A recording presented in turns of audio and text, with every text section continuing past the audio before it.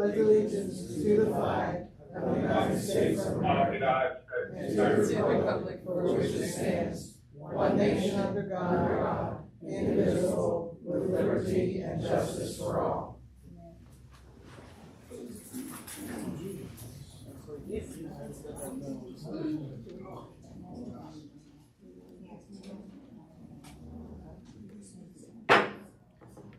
I call to order this regular session of the Indiana City Council. Having taken roll and having a quorum, we will proceed.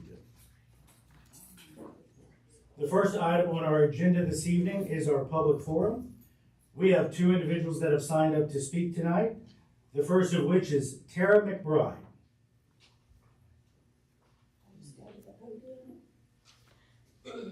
Just over to the podium and try to pull the microphone down so everyone can hear you. I've been sick this week, so my voice is a little scratchy. I'm just going to read this so I just don't lose my voice. So, You're fine. I appreciated the gentleman that prayed. He talked about the kids playing in the street and how we're thankful to see that because we don't see that a lot, and that was fitting for what I wanted to talk about. My name is Tara McBride. I live at 704 31st Street. Mayor Emmerich is going to propose that the 700 block of 31st Street be declared a play street. I just wanted to speak tonight as a resident in the 700 block of 31st Street to say that I'm one of many families that this would benefit. I have 3 children, and we have a basketball hoop, and through the basketball hoop we've been able to breathe some life back into our street. What started something to do during COVID has turned into a small community. We've been able to get to know several of our neighbors through their children. A couple of the kids have even started asking to come to church with us. It's 2025 and most families operate on 2 incomes, working a 9 to 5. After dinner, homework, other after school responsibilities and activities doesn't leave a lot of time for the average family to make it to the park to play sports and basketball and activities like that with their kids. The kids that live on our street that come to play at our basketball hoop are in earshot to their own homes, which is really comforting because we do live in a scary world, and they're not quite old enough to send over to Spencer Park or Jackson Park alone to play. So having them close by where we can see them and hear them and watch over them all together is very comforting, and it is a blessing. I didn't know that there was an ordinance that kind of prevented most childhood activities in the street. But I understand wanting to keep the children in Vienna safe. And I feel confident that turning the 700 block of 31st Street into a play street will allow the kids to continue to play basketball and just enjoy being a kid while also giving the city of Vienna a peace of mind for their safety. There's a saying that a lot of parents have heard that says, when you have children, that the days are long, but the years are short. And I feel like all of us parents that have children on 31st Street would love to see many more years of our children playing outside before they grow up, and all we're left with is an old basketball hoop. So that's all I have to say, is that I'm in favor for that to change. Thank you. Thank you.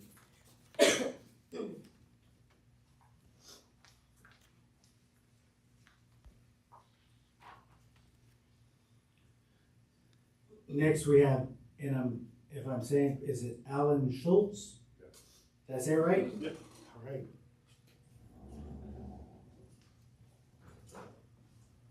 I'll have to open the door for me.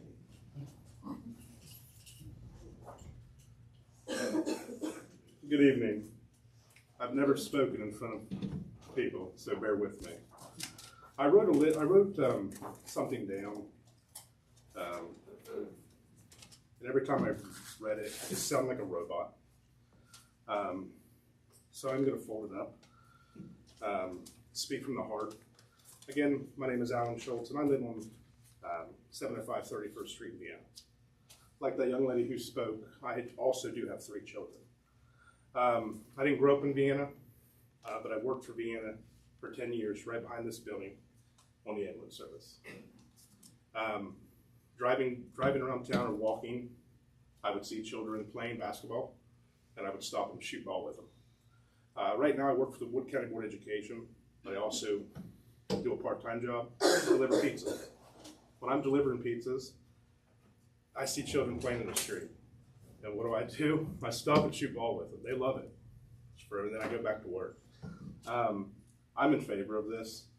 It would benefit the kids. Just like she said, the kids come together as a family and they play. It is hard sometimes to get to Spencer Park or to get to another park, all your kids around. But I just say, I'm in favor of it. That's it. Thank you. Thank you.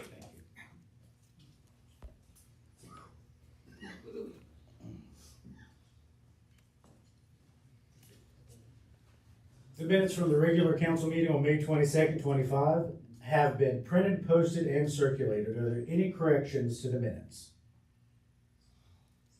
If not, the minutes will stand as approved and posted.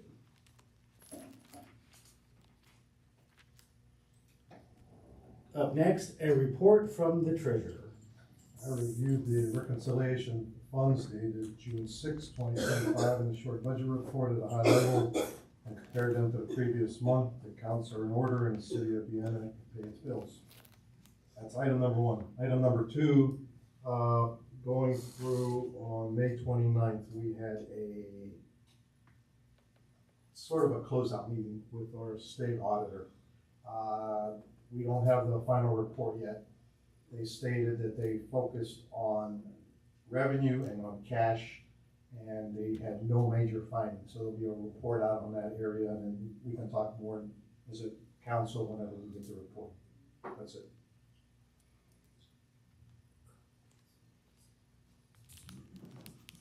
Are there any questions for the treasurer? Or the treasurer's report, I should say. At this time, moving on, we have no unfinished business, so we will move on to new business. The first item of discussion, we have Mr. Glenn Newman with us, who is going to discuss groundwater, and Councilman Sassen is going to introduce him and say a few words. Okay, before Mr. Newman speaks, I reached out to him and we had a nice lengthy discussion. And he was talking about, groundwater in the Mid-Ohio Valley, also about the fracking that's undergoing in the areas, as well as the deep well injections that are going on. And people that drive up and down the rivers probably see the wells. I call them rainy wells because, if you're a chemical company up and down the Ohio Valley, you're pulling from groundwater deep down on through those and into your plants for use. The other thing that they do is the municipalities pull from there for their water. So after a lengthy discussion with Mr. Newman, I said, let's get him on the agenda. I said there was a lot of interesting things that he knew and he was talking about in the local community, whether it was with Wood County, Washington County, and the different cities. So with that, I leave you with Mr. Newman. Thank you. Henry, can you make sure his microphone's turned on? Right, it should, on the bottom. I'm gonna try to stand up. Are you gonna stand? We're I'm gonna try to. Okay. Okay. I'm gonna try to. If not, you're welcome to take a seat and we've got the handheld for you. I appreciate that. That's very kind. So as a young man that was just here said, you got notes. I got notes. Everybody's got notes. But I want to thank you, Councilman Sassen, and all of you, and the mayor for having me drop by. My name is Glenn Newman, and my wife and I both were born here in Wood County and lived quite a bit we now live in North Hills, but we lived in Marietta for some time in Ohio. And we had a business on both sides of the river for 30 years. So we're kind of people of the Ohio Valley. We've been here a long time. So what brought this up, I posted on a website a water report from a national database, and that national database is ewg.org/tapwater. And you put your zip code in and it gives you, from this national database, it gives you a report on the water wherever you live in the United States. So I'm not an engineer or an expert on the topic of oil and gas brine water injection program. I'm not. But I am and have been associated in many meetings and with many operators and oil people in Ohio for many years. And this is a situation that is, I really appreciate you taking the time to listen. And there are four areas that I'm going to just broach over on and then give some information on it as much as I know from experts that I talk with. The first is brine water. The second is injection wells. The third is mineral trespassing, and the fourth is migration.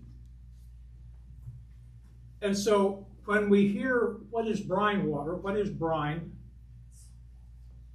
Ohio alone each year puts in several billion gallons of brine is injected into the ground across the river. The euphemism of that, of calling it brine, is just that. It's actually a toxic and radioactive waste. That's not me speaking, that's the Ohio Department of Natural Resources. While it's true, it is a high concentration of salt and water. It also contains heavy metals, include cadmium, arsenic, lead, and compounds like benzene, and what are known as trade secret chemicals. Remember that, trade secret chemicals. But most concerning are the two isotopes of radium, radium-226 and 228.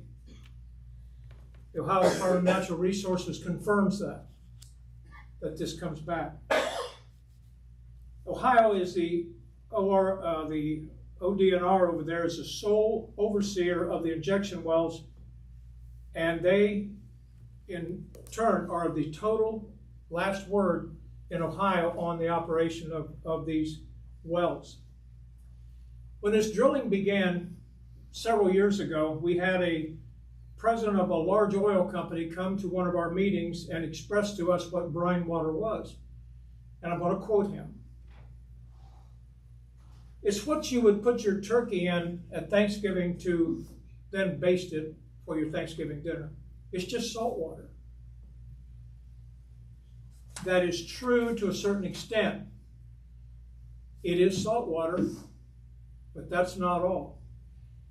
In a statement to the Guardian newspaper, Chevron, which is the world's third largest oil company, their spokesperson, Paula Beasley, said that Chevron is disclosing all of its fracking fluid ingredients that are not trade secrets. So in order to drill these wells at this depth, to extract this from deep in the geological levels, they flood these wells, these drilling wells, with a massive amount of water. Because it's hard to believe when you go down several thousand feet and then you make a left turn and you go horizontal, it's hard to believe that pipe will actually bend. It's not flexible pipe either. An average fracking well, according to the American Petroleum Institute, uses 4 million gallons of water. And when the brine flows back, it carries toxic chemicals, radium, selenium, lead, and others that can persist for years. And that does not include the trade secret chemicals. Numerous studies have shown that these fluids contain toxic chemicals like formaldehyde, as well as carcinogens like PFAS, which is a broad class of chemicals, that these remain in the public waterways and residual water for generations if they ever break down, according to the US EPA. As I understand and heard at a meeting not too long ago, it is possible to filter out many chemicals, but it is not possible to filter out radioactive waste. So, what is an injection well? Injection wells have been around for decades. As long as they've been drilling oil and gas, they've always had residual products they needed to put down in the earth. The vertical wells takes very little water to facilitate that drilling. So why is it here? Why is it coming to Washington County from West Virginia, Pennsylvania, New York, and Ohio? Why is it coming to Washington County? And why is it coming to the east side of Ohio? When the brine is brought to Washington County from wherever, it is injected at pressures ranging from 1,000 to 7,000 pounds per square inch into the underground formations, where it is expected to remain into perpetuity. The state of Ohio charges a token amount per barrel of between 5 cents for internal in the state drillers to 20 cents for out-of-state drillers per barrel. And after 500,000 barrels, it's free. I mean, that just has to soak in. It's free. To date, Washington County alone has 18 brine wells, injection wells, with 3 set to be documented and to be put in place. As of June 5th, 2025, Ohio has 232 active injection wells, 19 more are permitted and under construction. So why Ohio? The answer appears to be simple: lack of regulation and cost. And it's very cheap to put that much down the ground. In a meeting recently, we were told that the state of Ohio now, within the last month, has stated that the injection wastewater can now move out of the geological area that it was originally placed. They've admitted it.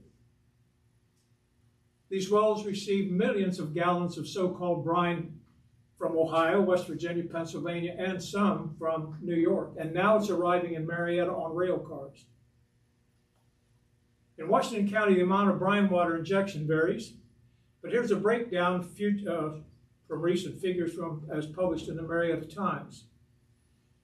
In 2023, Washington County injected 257,356,032 gallons in 2023. In 2021, it injected 215 million gallons. In 2020, 266,600,000 in 2020. In 2019, 348,300,000 gallons. And in 2012, 756,800,000 gallons were injected into injection wells directly across from where you are and directly across from Williamstown. Mineral trespassing. Mineral trespassing is a legal term. I'm not a lawyer, not anything.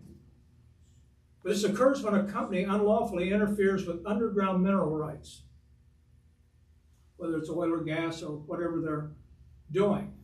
This is a serious violation. It is one of those things that, just like trespassing on your own personal property. But a notable case that is very applicable here occurred in 2020 involving a company called Westlake Chemical, which is on the West Virginia side of the river, right above New Martinsville. Westlake operates a chemical plant there where they extract salt. They've been doing it since the 30s up there. And so they inject a chemical into the ground to break up the salt so they can mine it. In this case, Triad Hunter, an oil company out of Ohio, had a well in Monroe County, which is directly across the river from New Martinsville. The Westlake liquid came into the well owned by Triad Hunter. It migrated under the Ohio River across Monroe County to Triad Hunter's well. The result was a trial that was held at Woodsfield, Ohio, and Triad Hunter received damages of $70 million from Westlake in New Martinsville. The jury found that Westlake had trespassed into Triad Hunter's mineral estate, so it can travel under the Ohio River with no problem. This sets a precedent, and it's very important to understand that borders have nothing to do with geological profiling. And really, it comes down to the Westlake issue, where else did that go? It went west toward Monroe County, Ohio, but did it go north? Did it go east? Did it go south? Did anyone even look into that? Because it is extremely destructive to the aquifer.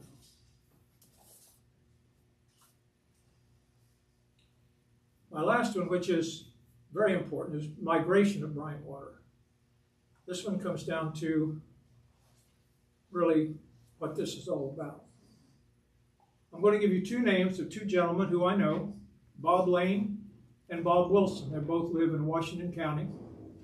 And for years, they have both operated gas wells in Ohio and in West Virginia.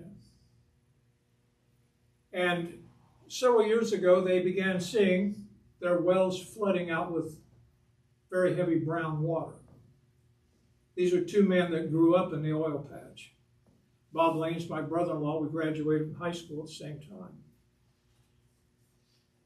So in an effort to keep them operating, they began pumping these wells off. However, despite that, the wells started becoming inoperable, not productive. They were losing oil and gas.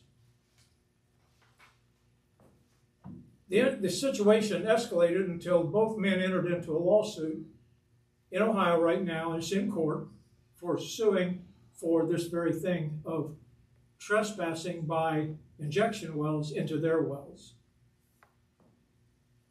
This case is very serious because underground water movement potentially outside the entrance and a long term can destroy a small oil operation. For example, Mr. Wilson supplies natural gas to approximately 400 customers in the Belpre area. And a few years ago, you probably remember we had a really cold snap, turned down, went below zero for 2 or 3 days. During that stretch, he had customers calling him saying, we don't have, our furnace went out and it won't come back on. So he went down and found that most of his wells that supplies that were flooded out. There was no gas. They were completely gone.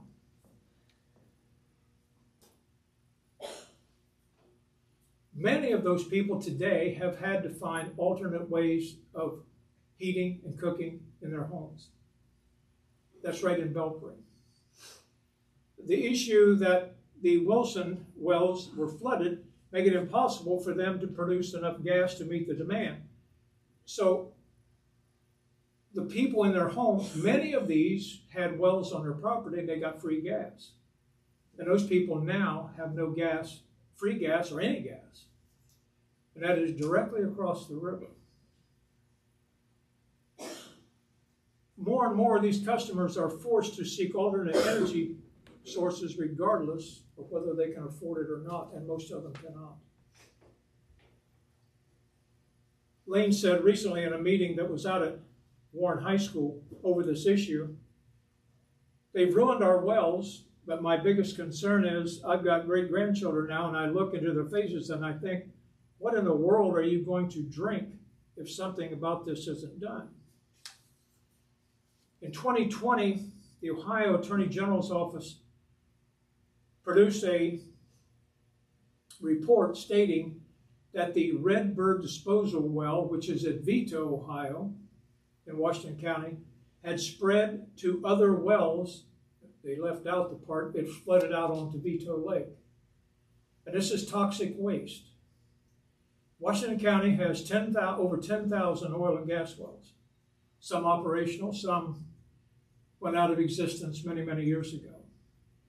But the tragedy is these old wells that are not plugged properly, when this pressure comes up, 7,000 pounds, it'll push right up out of that well and flood the top of the ground.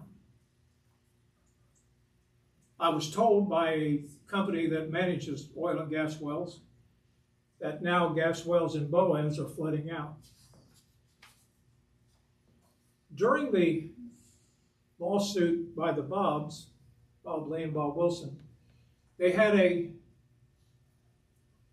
water engineer from New Mexico come and determine where this water came from.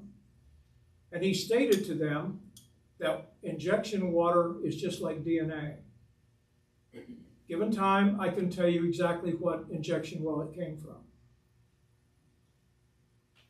But the issue is Ohio is doing nothing to protect the people. They're not. We've been at this now for years. For example, in Noble County, which is right above Washington County, there are people here tonight from Noble County, a well up there blew out, an injection well blew out. And it put out 90,000 gallons of toxic waste into a creek that flows right into the Ohio River, right there beside the Comfort Inn as you drive up Route 7 out of Marietta. No alarms were sounded. This is radioactive toxic waste. No emergency system told the people downstream that this was coming. Nothing was said. They just let it go. It cost the taxpayers nearly $2 million to clean that up, but the owner of that injection well, will not pay a dime back to the people that paid it up.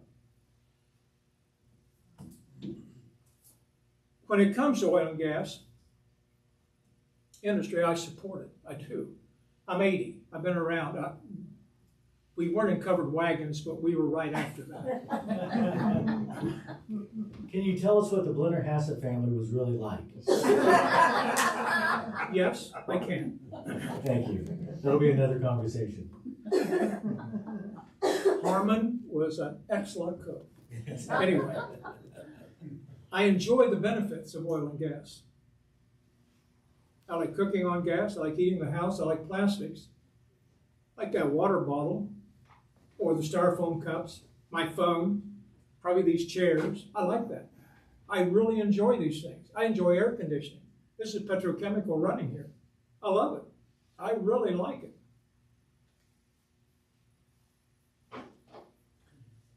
But I need clean water. I can live with a candle, but I can't live without clean water. I want to thank you, all of you tonight, considering this issue here. I actually hope that this conversation is the beginning, not just a single conversation. Because every day as you watch the highways here, you'll see a constant parade of brine trucks. Constant. Constant. While county commissioners, several communities, and water providers have been alerted to this, like you are tonight, to these potential risks, only a few, namely you, the Vieta City Council, the Belpre Township trustees, and the Warren Water Board in Washington County have taken steps to expose this issue. That's it. That's it. And I've talked to virtually everyone in Wood County, where I live now. I talked to everyone in Washington County, where I live there. To be clear, I'm not saying that the brine water contamination is currently present in our aquifer here. I'm not saying that. However, without constant monitoring and open community dialogue, we risk being unprepared. If contamination does occur and no prevention measures have been taken place, the damage could be unbelievable. A town in Wyoming, an injection well went in and it ruined their water. They didn't have any water. They had to lay a water line 100 miles. That question was brought up at Porterfield when the discussion of another injection well was going in there right above the Little Hocking water system. If this contaminates the Little Hocking water that is directly across from DuPont, have you planned on where you're going to run a pipeline from where to supply these people in Belpre and in the Little Hocking water system?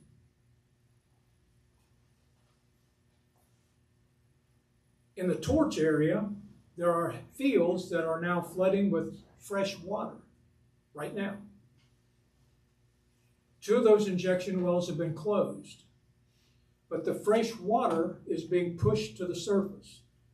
Injection water weighs 4 pounds more than fresh water. And when they push it down at that amount of pressure, and it goes down and hits rock bottom, because there's a bottom they can't drill through in this area. It's about 17,000 feet, and that's it. It's called the basement, as I've been told by people who drill. When it hits it, then it begins to move, because it is filled with surfactants. Surfactants make water wet, right? It's filled with that. And as it gets into that shale becomes slick. That's the reason you are seeing in Washington County, Noble County, Guernsey County, earthquakes now occurring. One well was shut down because it was sitting on a fault line. There's a major fault line that runs up right along the Ohio River right here. And no one ever told anyone about it.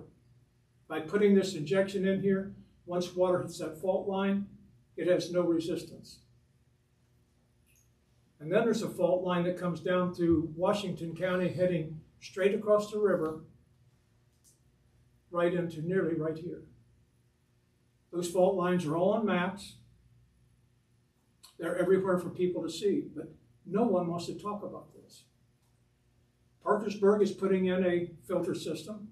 I hope that it works. It probably will take out chemicals out of the water. But what about under the ground?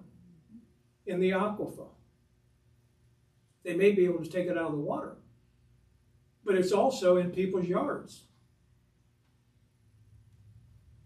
This is a question that hopefully, if you were to, I hope, form a committee to follow this and to be a resource for people that have questions. Because I know of people that have wells in Waverly that are flooding and they have no idea why.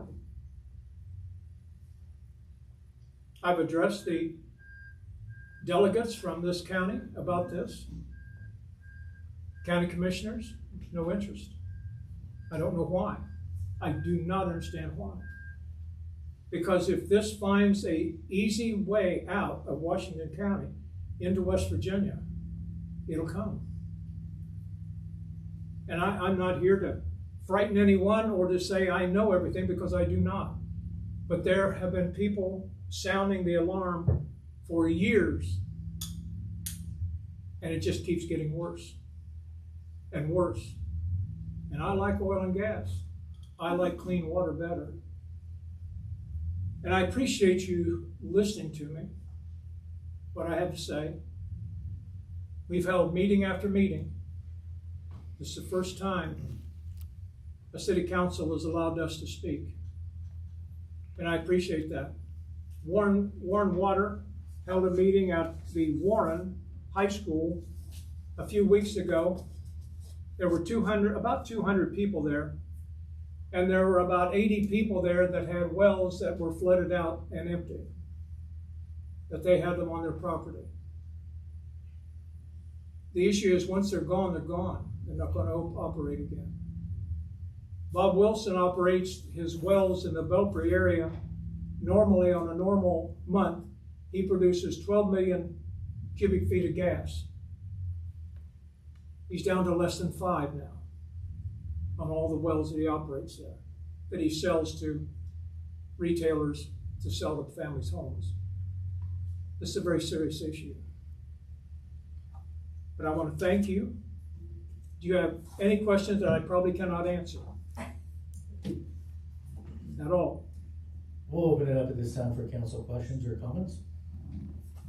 Yeah, just a couple of things. First of all, really appreciate you coming in and going through everything. I think it was very informative.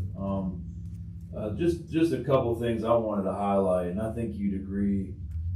There isn't necessarily, and this is more just because I want people to understand that's listening to this, and I do know you listed a lot of facts, a lot of good facts, and I'm glad that you did. There isn't any concrete evidence that says that water injection wells are causing the earthquakes. While I'm not saying I disagree with that, I also wanted to make sure that that got stated very clearly, because there's no factual evidence that says that one is causing the other.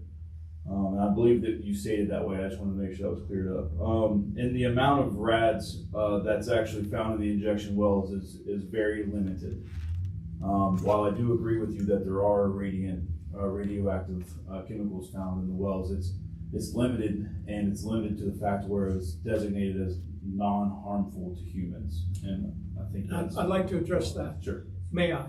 I would appreciate it. Yes, please. On the earthquake situation, we encourage all of our people that we speak to get earthquake insurance. When you call Allstate, you say, I would like to add earthquake insurance to my home. The answer is we can do that, but not if it's near any oil and gas drilling. They put a caveat right in it. Sometime in the 80s, the oil and gas industry, which this upsets me terribly, sometime in the 80s, which I can provide you with the documentation, they lobbied the EPA in Washington to change the wording in the EPA's ruling on oil and gas. The statement now states, which I can provide you, all liquids used in the oil and gas exploration, all liquids used in the discovery and delivery of that are safe. That's it, safe.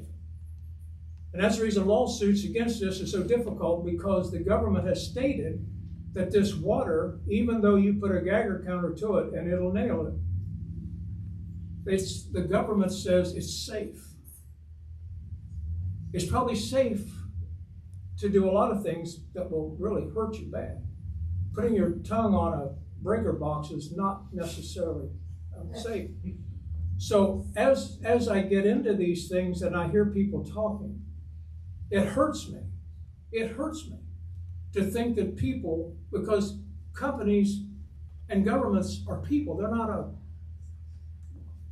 a triad hunter is not something that walks around and has sandwiches with you.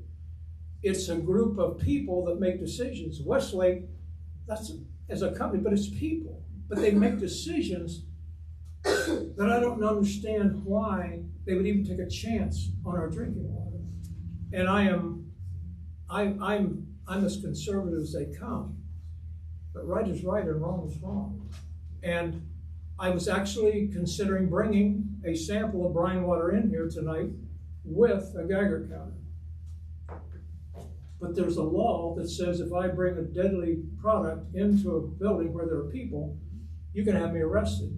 But brine trucks can drive up and down your street 80 a day. Brine trucks carry 3 times the legal limit of radiation in those trucks. But because of that word safe, they're permitted to do it. And I can provide you, sir, and I appreciate it. I'll provide you with documentation. It goes beyond understanding. If they wanted to, they could remove radiation from the brine water. They could remove it. They could remove all the waste. But why spend the money when you can bring it over here and put it in the ground for 5 cents a barrel? That's not making me that much money. So I don't want to belabor this or stretch it out, but anytime I would be happy to bring in people that actually are in the situation and be able to give you unbelievable documentation. Are there other comments from council? I just got a comment. First, thanks for coming in, and this is very informative. The second thing, the gentleman mentioned Westlake. For those that know the area above New Martinsville, there used to be Mobay, which became Bear, which is now Covestro, and Westlake was PPG Industries in the old days. So that's the history of what happens up north, because some people may not remember the name Westlake. The other thing that was mentioned about, the freezing of the gas lines and the water, my in-laws live in Pineville, West Virginia, and they've had issues over the last couple of years with the gas lines like that, water in the line freezing up, no gas, and also issues with their water system. So I can relate. And if anybody would like this, I'd be more than glad to email to them. Do you have something else? Yeah, I would just want to finish one more thing here. And just to kind of put the citizens of Vienna's minds at ease, we do have a state-of-the-art water treatment facility that was installed by. After the DuPont. Yeah, so we have, it's a very intricate, what is it, carbon Filters. Yeah, it's got carbon filters, and it's monitored very regularly. So, if there were chemicals that were infiltrating into our water system in the city of Vienna specifically, it would be something that we would know about very quickly. I just wanted to make sure that everybody. If you're testing for it. It's If you're testing for it. it's tested. No, you're testing certain things, but there's certain things that you don't test for, so you're not gonna know. I think There's a list. CFAs is one of the. Oh, yeah, as you do. Yeah, so one of the things that I brought this evening that I received after meeting with our public works director is a list in the timeline of the various things that we test for and that go through at various levels for that, so you can see what we test for, what the requirements for the testing are that we have to meet in when that was last done and when the next test will be required for that. Ask them about trade secret chemicals. Well, we probably wouldn't know what the trade secret chemicals are. They will not tell you, and those you can't even test for because you don't know what they are. Yeah. But, and I applaud the filter. What did they do with the residue? It gets cleaned how often? But I mean, where does it go? I have with us this evening, I've asked Jason Morris, who is our Anyway, I'm done. Yeah. Thank you so very, very much. I have a question. Yes, ma'am. First off, I want to second what Tony and the mayor has said about the water quality in Vienna and the testing. I think Vienna does a superb job, and they have for years, and that testing is done frequently, and it is monitored quite well. Second is, you said that you wanted Vienna to get involved, and I'm not sure what you're referring to as to what you want Vienna to do to get involved in what. I'm unclear on that. Right now, there is no organization or community that will say, if you have questions concerning this, contact us. There isn't any. There isn't any in West Virginia, and there is none in Ohio. If you lived in Waverly and your well started flooding out, you would have no one to call and say, why is this happening? But if it was known to the public that we can get you answers, or we can find people that can, people don't know they do not know what's going on. The number of wells that are flooding out in West Virginia are staggering. Not as bad as Ohio, but it is staggering, as I am told by people that work in West Virginia on this situation. And again, having great filters, which I totally appreciate, I have a Berkey at my home. The situation is, it is below what you're extracting at this time for your drinking water. But it is in the aquifer. It can be, and it's not there now. But I don't know if you're testing for the two isotopes. I don't know. I have no idea. But the issue is, when it comes, it will be much lower than where you get your water from. Is West Virginia DEP and EPA not involved in regulating and monitoring this at all? Very Are there little. not standards in place? Very little. In Columbus, just outside of Columbus, there's a small community there. They lost all of their water due to a fracking situation. And they were like 20 miles north of Westerville, I believe. I think. Don't hold me to that. But anyway, this community had its own water. They had to lay another water line to the community, and the injection well people had to pay for it. But many times they won't. But that was a real case that came to existence. And in Youngstown, But they shut down the wells over there when they started having the issues with ground shifting. So, but again, I'm not an expert. I don't claim to be, but I have listened to a lot of experts on this issue, and there's people that this is your body, your water, and you need to know. I have a question. How deep are typically an injection well? You know, Pardon me? how deep are the wells when they drill for the injection wells? Most of them in this area run between around 7,000 to 8,000 feet, Okay. and- depending upon if they're on a hill or a valley. Okay, I got you. You said earlier that typically if it's a vertical well, you use very little water. So are you saying these injection wells actually go down and then horizontal? A single, To get in the shell, or am I mixing things? I confused you and I apologize. Okay. If you have a oil and gas well that's just a vertical shaft, it uses much less water, I'm told, than if you have a Marcellus or Utica horizontal drilling where you have to stay within the 700 acres. I don't know who monitors that either, but anyway, they are the ones that use the vast amount of water. Every time they frack, it's about 4 million gallons. So, thank you. Did I satisfy you, young lady? Partially, thanks you. Anytime, I would be glad to. I believe this is probably something that is a much larger conversation, that we could probably establish something outside of council, to be able to either open up for public discussion and have more free discussion in a less formal setting. It would be open to, to doing that throughout our city. But Mr. Newman, thank you for coming and sharing with us this evening. Thank you.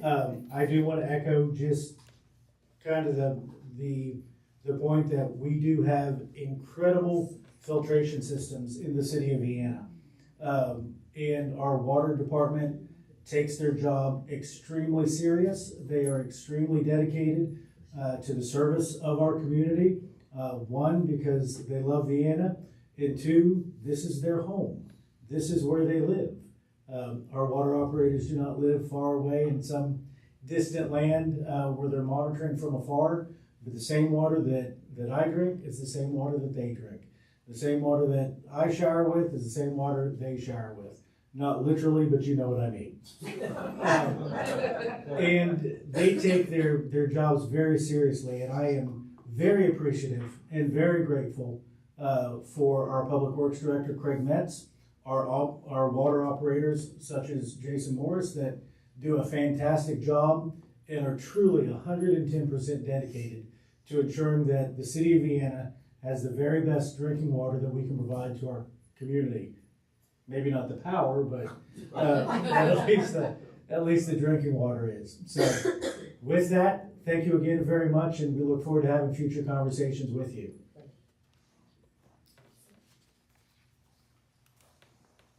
Before we move on to our next item, I'm going to take a 3-minute recess in council.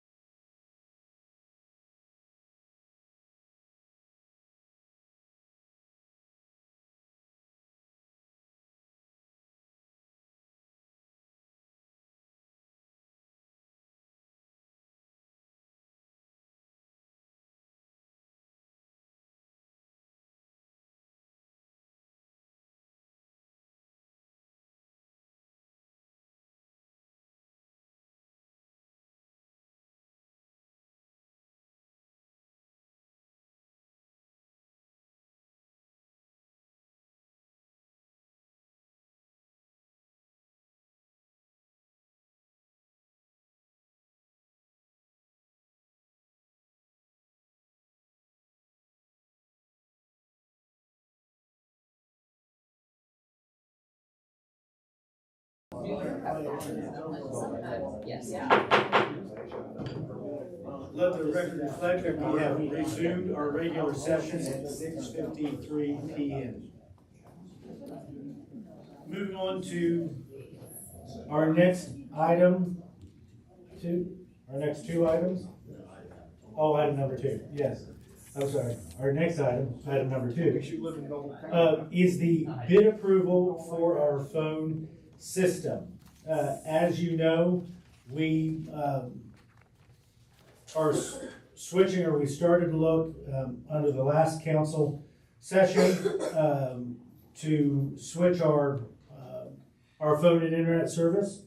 We have taken care of our internet service through the secondary service that we already had. We just did some upgrades on that. Then we started the process to go out for the bid itself on the actual phone service portion. So now, instead of having one provider that provides both internet and phone, we maintain a separate internet service. And this will take us into a phone service now that'll be monitored and worked on a separate account. Mr. Sasson, would you like to? Yep, going through sealed bids for the purchase, installation, and service of a new phone system were opened on Thursday, May 21st, 2025 at 10 a.m. with the following results.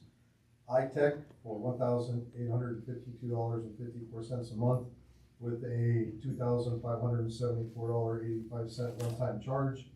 Intermedia for $1,538.24 monthly cost with a $15,687.41 one-time charge.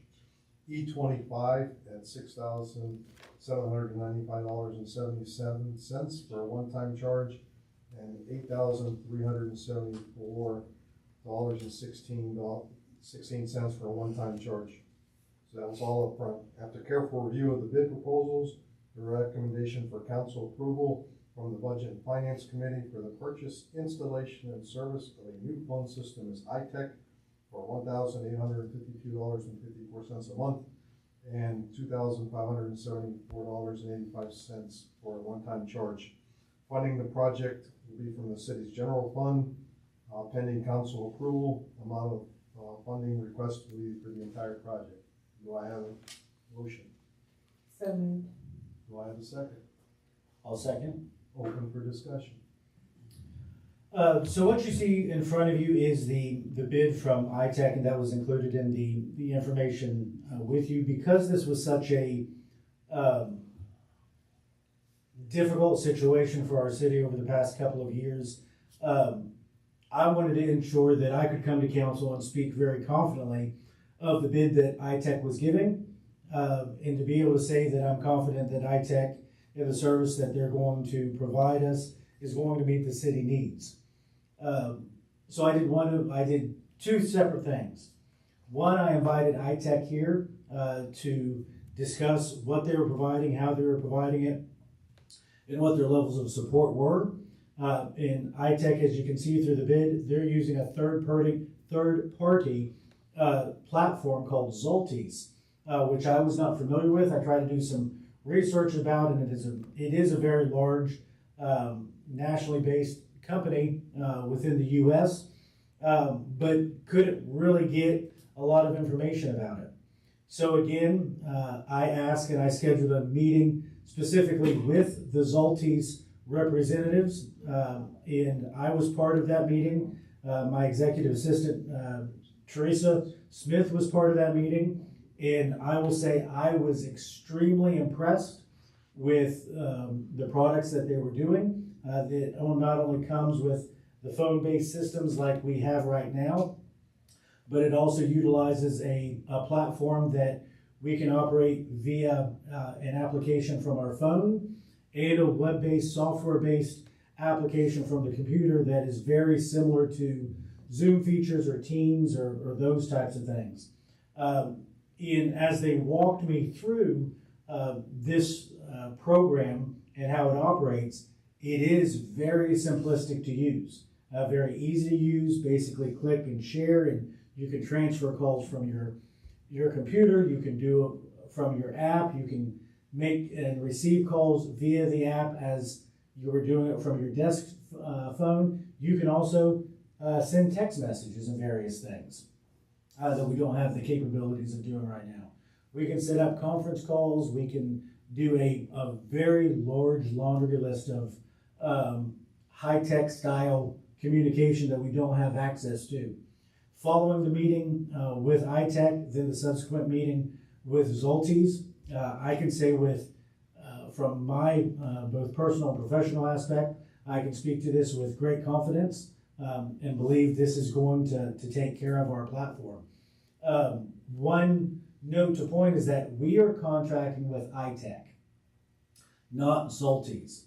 So if something should happen at some point and we have to make adjustments, because we're contracted with iTech, we can go to iTech and say, this isn't exactly working for us, you need to figure it out, and they can do it. We're not stuck with that particular platform because we're contracting through iTech, which is locally based.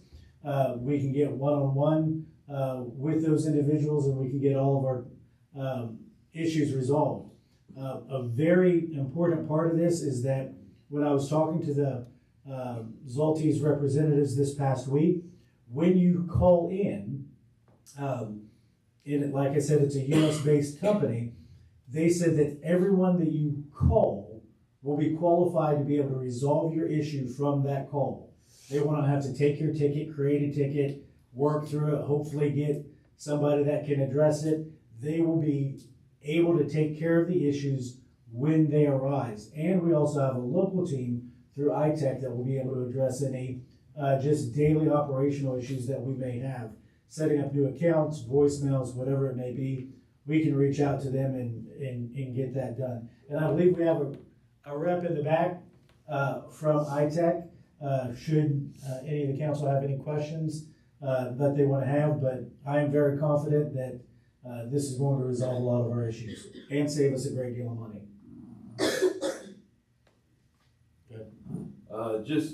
Just wanted to make a really two kind of quick comments.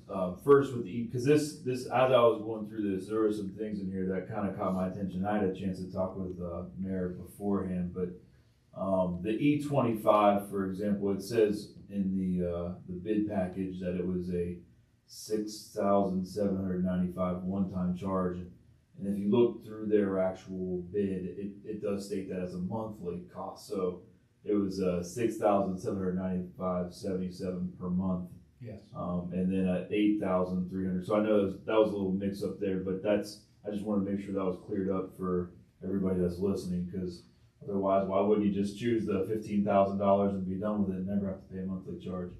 The other thing was, and I'm a numbers person too a little bit. I crunched some numbers and I figured out there would be about 4.5 years of time elapsing that the $15,000 up front would essentially equal out with the iTech, but it was made clear to me that this was a 3-year contract, so it's hard to tell. And it sounds like iTech has got a pretty solid platform that they're going to be giving to the workers of Vienna. So I agree. I think it sounds like a pretty good way to go. Anyone else? Having heard the information and reading over the bid recommendation, do I have a motion to accept the bid approval as proposed? Oh, we already did that, didn't we? We now vote. We now vote. That was coming to mind as I was actually saying it. Is there any other discussion? Jim, do you have anything? No, Mayor. Russ, do you have anything to add? Just remember that even though it says it's a 3-year agreement, it has to be a series of 3 one-year agreements. But other than that, no. Any other discussion? None? All in favor of accepting the... We'll need to call the vote since. because Jim's not here. You are correct. I'll vote in favor if then you just want to take the rest by hand vote. All right. We have an approval from Jim. All in favor signify by raising your right hand. And Jim's vote was verbal over the phone.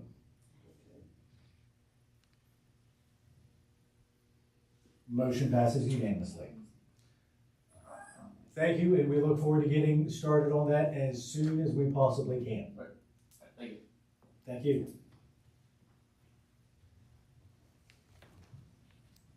The third item on our agenda this evening is budget revision number 1, the coal severance fund budget revision.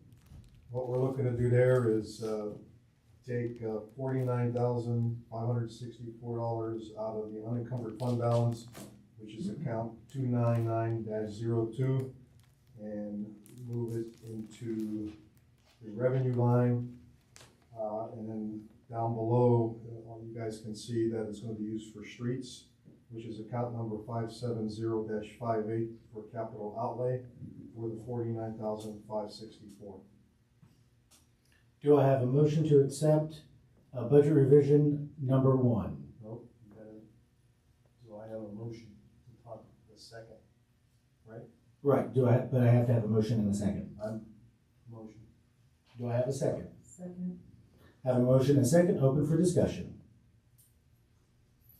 Yeah, earlier, I believe we had a discussion that it seems like the numbers keep going down every year for the coal severance.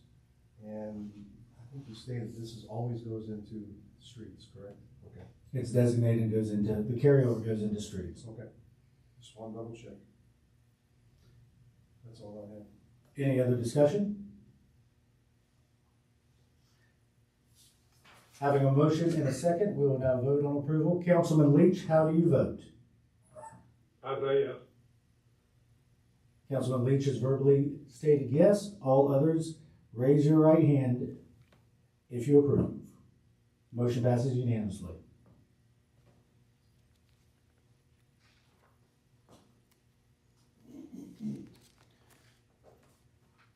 Moving on to internal budget revision number 5.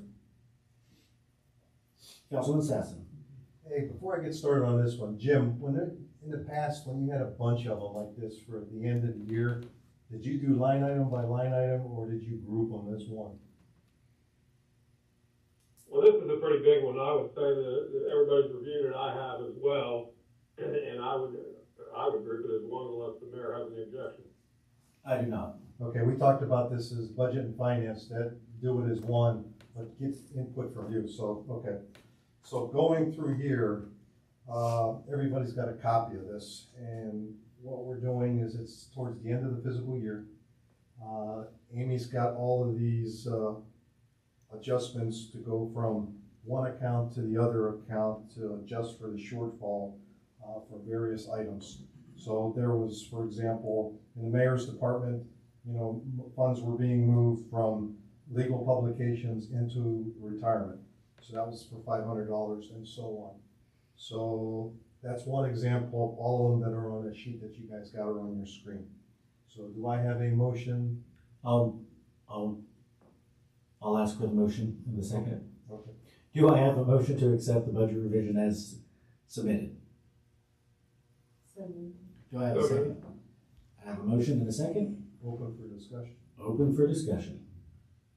Just one other thing to note here is that because these are all within the same category, state approval is not required for these budget revisions. That is correct. Correct. Yeah. Correct. We went through this with Amy, and she says typically every year in June, we come across this. It's just to make sure everything's square balances for when we close the fiscal year. Any other discussion? Recorder Smith, would you like me to poll the council instead of doing it the way I've been doing it? Yes. All right. You may poll the council. Thank you. Councilman Leach, do you agree or disagree? I heard a siren. I didn't hear if you said my name or. Yes, I did. You're the first one. It just happened that your name is synonymous with a siren. I'm polling. Well, regardless, I'm just going to jump in and vote yes. All right, thank you. Councilman Morrison, Yes. Mayor Emmer, I say yes. Councilwoman Rhodes, Yes. Councilman Sassen, Yes. and I vote yes. Motion passes. Moving on to item number 5, general fund budget revision number 6. Councilman Sassen. On this one here, we are looking to move $529,740 from the unencumbered balance from account 299. And there's account 332 on the B&O tax of $160,000. So you got a total net increase into our revenue fund of $689,740. That is going to then be used in the police department in account 455-03 for salaries in the amount of $160,000. Contributions to other funds, which is account 444-68 in an amount of $529,740. And for the pool, which is account 542-16 in the amount of $15,000. And with that, there's $15,000 being reduced from contingencies, which is account 699. You've heard the budget revision as proposed. Do I have a motion to accept budget revision number 6? First. Second. I have a motion and a second, open for discussion. During the budget and finance meeting, there's an item that was in the previous page. It was for the pool for pump. And what they did, it's in the amount of $15,000. So on this one here, you see $15,000 on contingencies being, minus $15,000. So instead of laying a claim to replace the pump and possibly delaying the pool from being open, we're going ahead and get the other pump, and then they'll deal with the insurance for the replacement pump. That's what that's for. Correct, for the repairs. Yep. Is there any other discussion? Having none, Recorder Smith, if you'll poll the council, please. Thank you. Councilman Leach. Yes. Councilman Morrison. Yes. Mayor Emmerich. Yes. Councilwoman Rhodes. Yes. Councilman Sassen. Yes. And I vote yes. Motion passes unanimously. Moving on to item number 6, designating the 700 block of 31st Street as a play street. Since Mr. Skogstad is not here in his radio quality voice, I will read the resolution for you this evening. Is that okay, Mr. Skogstad? Oh, please, read away. This is a resolution designating the 700 block of 31st Street as a play street. Be it resolved that the Common Council of the City of Vienna, as authorized by the Vienna Municipal Code 311.05I, hereby designates the 700 block of the 31st Street as a play street. You have heard the resolution. Do I have a motion to accept? So moved. Do I have a second? I have a motion and a second. Open for discussion. I have some questions. Okay. I really don't know what this involves. 31st Street is an active street with traffic both ways. How does that, I'm not sure how that works, maintaining the safety of the children as well as the drivers.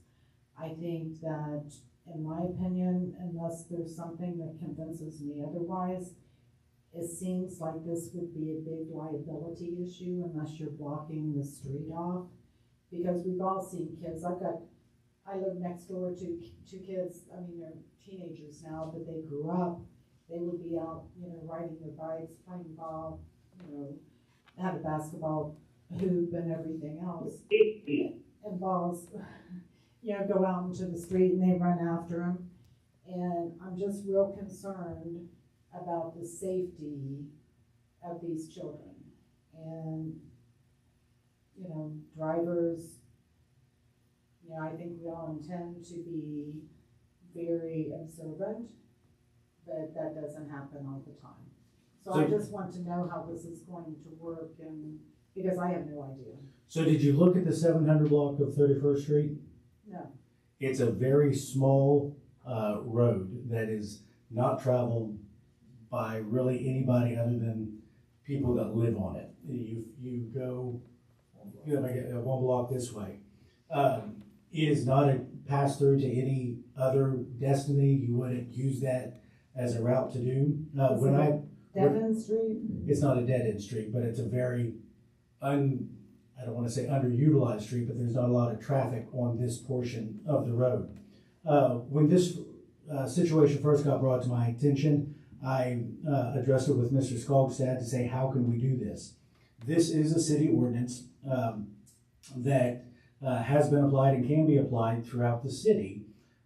If that portion or the whole portion of the city or the street was deemed an area that this could be applied to. We checked with the Vienna Police Department on what the traffic rate was through there. They designated it as a very low traffic area. This will require signage from the city at both ends of where this will start and where this will stop. The code allows us to place signage designating it as a place street. That traffic is also basically limited and regulated to individuals that live on the street. And Mr. Skogstad, interrupt me if I'm saying anything incorrect. No, you said everything correct. Everything you said is accurate. And this will allow for, I don't want to say sports style activities, but will give an area that children can play in that place a confined area on where this starts and where this stops, and then the signage designates it as that. So what does a play street mean? I mean, does that mean that the children are allowed to play in the streets at all hours of the day? Are they playing in, I'm not sure what it means. Mr. Skogstad? If I may, Mayor, generally what you have is the city of Vienna has an ordinance that prohibits any kind of basically sports playing or basically playing in the streets, right? You can't play ball, you can't do any recreational activities if you're a kid in the street. And then when our council passed that 30 or 40 years ago, they left an out that said, you can't play ball in the street unless the street is designated a play street. If you designate an area, so you could designate an entire street or a section of a street as is proposed here as a play street. And essentially what that does is it cuts off from through traffic unless you live there or you have business there. And part of that was contemplating, that might be a business on this play street. People still might want to go to this business. But otherwise, you're really not supposed to be driving through it. It's posted as a play street. My recollection, the city of Vienna has been very judicious in allowing this because it does have a restriction. If you look at 31st Street, particularly the 700 block, that little section, I think it's the 6th and 700 block, is between 6th and 8th Avenue. The police department says there's not a lot of traffic there. But essentially what that's doing is, what you're doing, to answer Ms. Root's question, what you're doing is you're taking off that citywide restriction from the 700 block that doesn't allow kids to play ball in the street, right? And here, and it's kind of I don't say it's a catch-22, it's kind of you're in a spot where we need to let kids play in the street and not have through traffic, or we can enforce kids and not let them play basketball, have a basketball hoop by the street and use the street as a court. And, we can stop from doing that, or we can let them do it, restrict the traffic. And so, everybody has looked at this, as I understand it, that if we let kids, we turn this into a play street, it's not going to affect overall city traffic, it's not going to inconvenience a bunch of people. And sounds like you have a small neighborhood of kids there that want to play outside. So, it's one or the other. You either let kids play outside and play ball in the street, and we pass this resolution, or you say, no, we don't want to do that, and you don't affect the people who are driving through there. Mr. Stetson? Then that's the two interests. So does that mean when you say it's not a through street, is there going to be a way to make sure that there is no through traffic on 31st Street? Well, I don't think you're not going to have somebody posted there checking to see if individuals are living on the street. If you go look at the street, you would understand this is not a street that is connecting any major body of traffic. You have to make an intentional effort. I have driven past this street probably 100 times and not even paid attention. As I've driven by, it's a very short section of road. It's a very limited amount of houses that are on it. You could not speed through this area even if you wanted to speed through this area. So I'm confident that this is not going to create a huge liability for the city, and we're going to be able to meet the needs of the residents. If at some point it becomes problematic and there is an issue, we can address it on the backside. Mr. Sasson? Hey Russ, can, along with the sign, put in 2 speed bumps, one at both ends? Just, You say, can you put speed bumps? yes, where the 2 signs are posted. I'm just asking. I take that, I mean, this ordinance isn't contemplating that, I take that, Craig. As far as speed bumps, everyone's thought about putting speed bumps there. All the ordinance requires is signs. I think you're gonna make people more aggravated if they have to deal with speed bumps, than not. I just bring it up. To not answer your question, speed bumps aren't part of the ordinance. I'd have to talk with Craig about whether or not that'd be a good idea there or not, because that affects our plow trucks and all that. Oh, I know. And then the other piece, I'm not from Vienna, I came here from Weirton. We as kids played in the streets all the time, just not on Route 2 or on Main Street.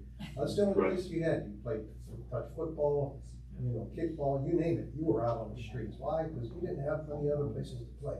And the kids today have less and less chance and opportunities to be kids. Why? Because the world is crazy. But if we can put something in for peace of mind and say, hey, it's worth a shot. When this was first brought to my attention, I went over and I don't know if anybody freaked out because they saw the city, the truck parked, but I went over and just did you see me? Yeah. I was like, that's never over here. Why is there a city truck here?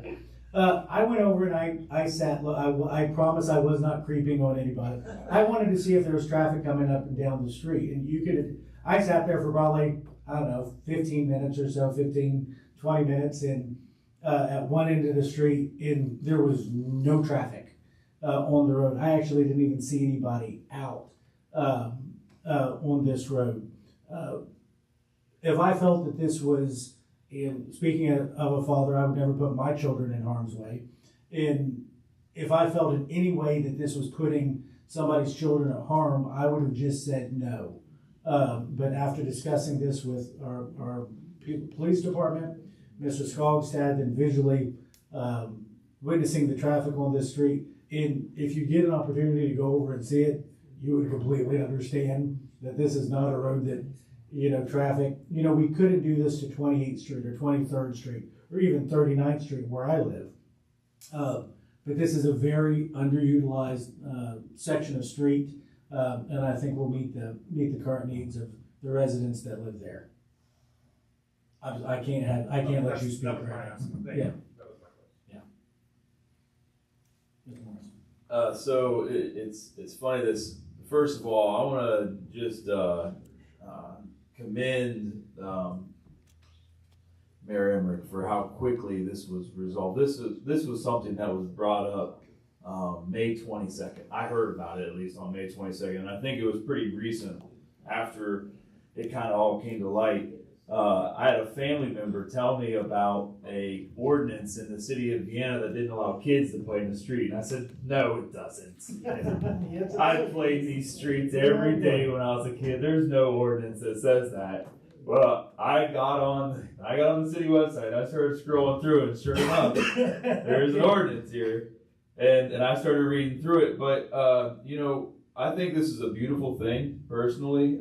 You scroll through this, and to answer your question, Councilwoman Rhodes, it says right here, like, when authorized signs are erected indicating any street or part thereof as a play street, no person shall drive a vehicle upon. So, all it's covered right in the ordinance. And then it talks about, playing ball in the streets. And, it just kind of blew my mind that there was an ordinance in the city of Vienna that didn't allow kids to play in the streets. So, all that being said, I hope that I get to pass a lot more designated play streets in the future. I know I'm gonna be putting in an application for one very soon too, so, this is a great thing that came to light, I'm excited We're gonna about put it. it right through your house. That's where we're gonna put it, right in your backyard.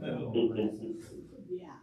All right, is there any other discussion? I want one on River Road. No, Ethel, you can't have one. All right, we've had a motion and a second. We've had discussion. If there's no other discussion, Recorder Smith, if you'll poll the council. Councilman Leach, Long live Sandlot, yes. Councilman Wilson, Yes. Mayor Emmerich, Yes. Councilwoman Rhodes, Yes, with the caveat that I would like to Councilman see. Sassen. You can see it after, but it's already gonna be passed. Yes. And I vote yes. 6-0. Passed. Motion passes unanimously. There you go. Let the kids play. I don't think you can vote like What's the that. size of- Good try. Good, valiant effort, my friend, but no. All right, what else have we got going on here? This has been kind of an odd flow to a council meeting this evening, hasn't it? I must be hungry. Moving on to item number 7. This is a resolution. Thank you. Oh, look, chocolate, that's what I need. A resolution of the City Council of West Virginia authorizing the execution of an agreement with the West Virginia Department of Transportation, Division of Highways, with regard to the establishment of maintenance of the decorative lighting along Grand Central Avenue from 27th Street to 29th Street within the municipal city limits of Vienna. So you've heard the gist of it. I'm not going to read the whole thing. You have it in front of you. Before I ask for a motion in a second, just to explain, this is the streetscape project that was done. So we now have to take responsibility of it. They did it. They said, great, here it is. Now we have to accept it, maintain it, pay the electric bill. That's what this resolution allows us to do, so they can be free from that and now becomes city property. So having seen the resolution in front of you, do I have a motion to accept? I have a motion and a second, open for discussion. I mean, you explained it well. It's just, I think everybody understands that they is the West Virginia Department of Transportation. They paid for it because it's on a state route, and now we're Accepting responsibility. accepting responsibility of the electric bill for paying the lights, so, yeah. How much is that, by the way? A month? We don't know. I would be lying to you because we haven't been operating them. They are LED lights, so they would be very low cost, and they add such character to our city. My only disappointment is that they don't travel north farther, because they are a beautiful setting, and if you see that when they're on, they just add so much to our city. Any other discussion? Having no, Just second that. oh, yeah. I Having, mean, they do, they look great. they do look great, and they are bright enough to land a plane, so that's as good as well. Having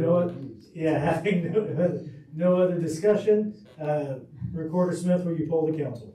Councilman Leach, Yes. Councilman Morrison, Yes. Mayor Emmerich, Yes. Councilwoman Rhodes, Yes. Councilman Sassen. Yes. I vote yes. Motion passed 6-0. Motion passes unanimously.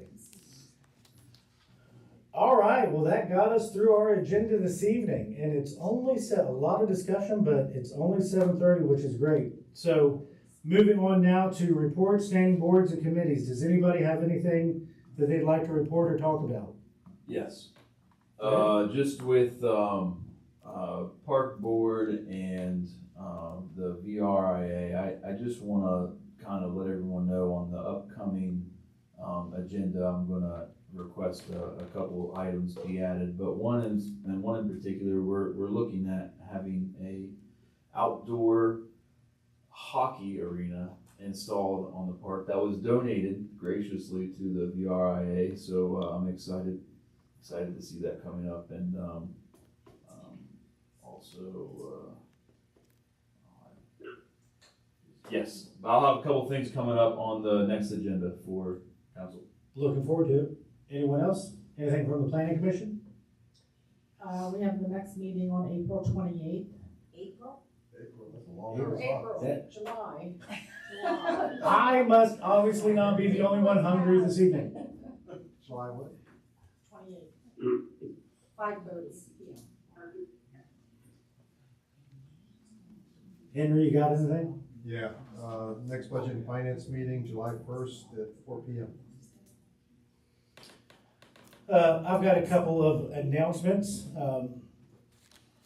We're getting into a lot of wonderful things that are going on within the city. First of which, we want to remind everybody that June 27th through the 28th at Spencer's Landing, the Freedom Festival will be going on, and I'm very excited about that. It is going to be an absolutely incredible time. If you have not looked at the agenda and the activities that are going to be going on down there, you will not be disappointed. And I am very pleased to see that it's going on down at Spencer's Landing. I think it's going to give it a very community feeling and an enjoyable atmosphere in a very beautiful location.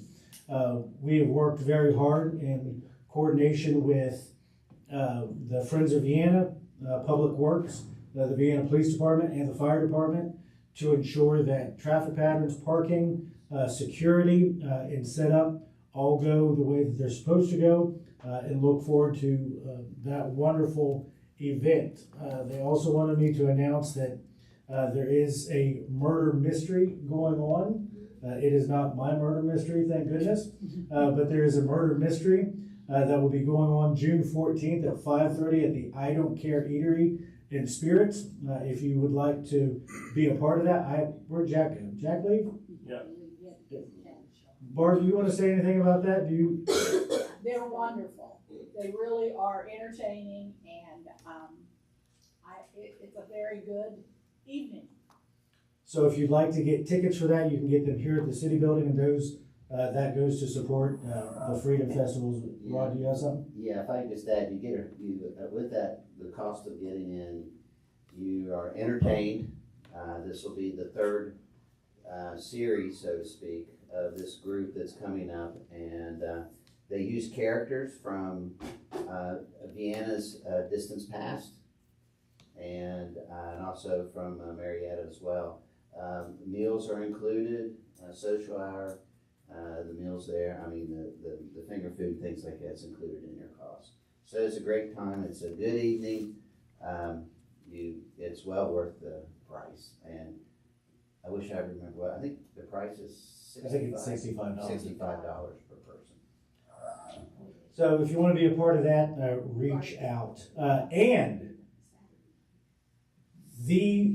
Look, for me as a kid, this was the event of the year. And I want to take a moment to remind everybody that the Vienna Volunteer Fire Department Ice Cream Social is tomorrow.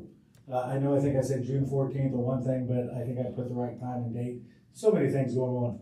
June 13th at 6 p.m. on the corner of 28th Street and 8th Avenue at Spencer's Park, beside the fire station. Tomorrow evening, we will have our annual Volunteer Fire Department Ice Cream Social.